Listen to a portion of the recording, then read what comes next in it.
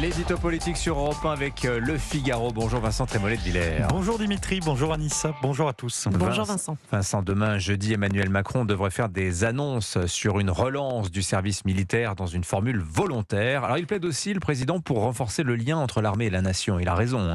L'armée, c'est la nation, disait Napoléon.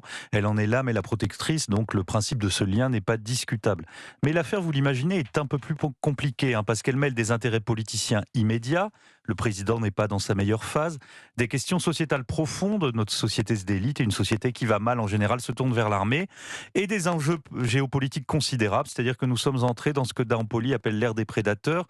En d'autres termes, il faut arrêter de se comporter en bisounours face aux empires belliqueux qui nous entourent et nous menacent à l'est et au sud. Alors si vous voulez bien Dimitri, on va évacuer assez vite la dimension politicienne, le soupçon d'une partition surjouée du président pour provoquer ce que l'on appelle l'effet drapeau et remonter dans les sondages. Il est inutile de s'y attarder, les choses clignotent suffisamment pour qu'il soit nécessaire de les souligner. Ce qu'on peut simplement relever, c'est que la grandiloquence sémantique et l'usage trop courant du mot guerre dévitalisent préalablement ce type de discours solennel. Le chef de l'État monte le son, mais les gens sont de plus en plus nombreux à fermer les écoutilles. Alors vous parliez aussi d'une dimension sociétale du service militaire. Vous remarquerez que pour une majorité de nos politiques, l'armée, c'est la solution à tous leurs échecs. L'école est en crise et on promet l'encadrement militaire des décrocheurs. L'intégration des nouveaux arrivants est un désastre et on se tourne vers les casernes comme lieu miraculeux d'assimilation. Les émeutes explosent en banlieue, il faut envoyer l'armée. Les narcotrafiquants ont pris le contrôle des cités. Christian Estrosi en appelle aux militaires. Le paysage politique est déprimant. Les Français cherchent désespérément le képi providentiel. Le Premier ministre peine à faire voter son budget. Il invoque notre armée pour essayer d'obtenir un compromis à l'Assemblée.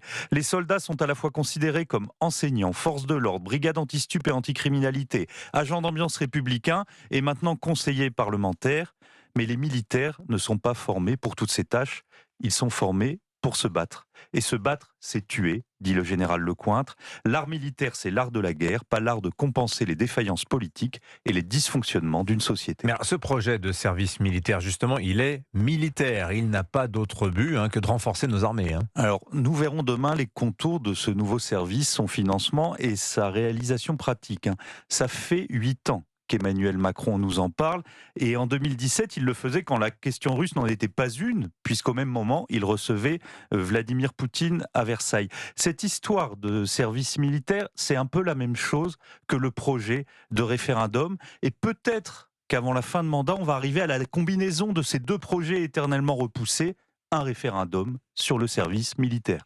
Plus sérieusement, il est évident que l'état du monde exige un renforcement spectaculaire de notre défense nationale. Mais cet effort ne peut pas se faire en décalage quasi schizophrénique avec le reste de la société.